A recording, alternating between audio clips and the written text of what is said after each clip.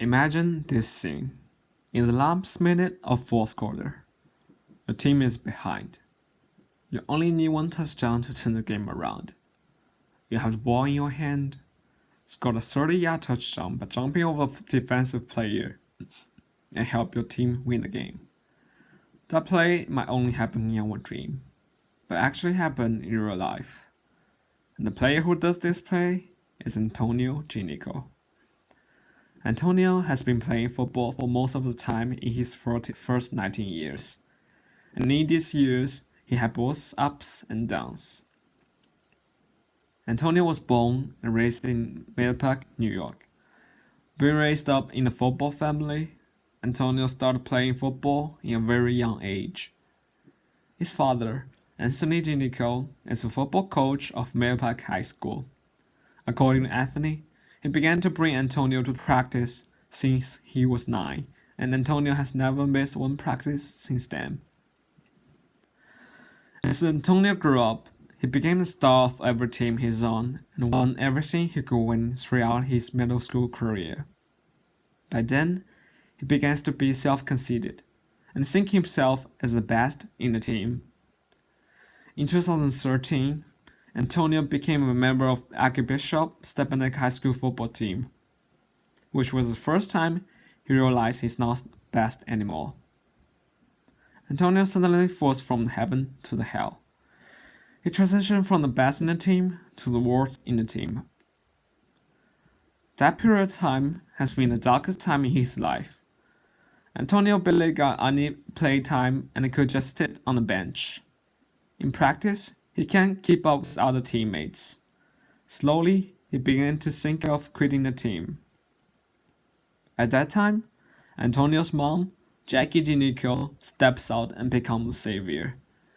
She tells Antonio that he needs to accept the truth that he's not the best player anymore.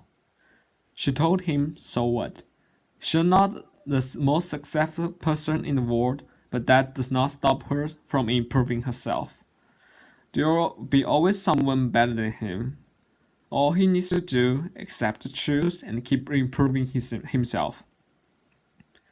She also tells me after she talked to Antonio went back to his room and cried for the whole night.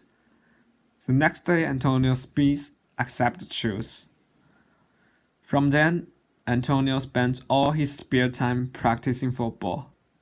He would often go to the gym and talk to his coach on how he can improve his skills. Slowly but surely, Antonio becomes an indispensable part of the team. It's at the same time he was selected into the under-17 US national team.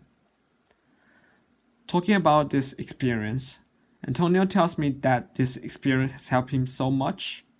He had the chance to know that there are so many great players out there, and that reminds him to stay hungry.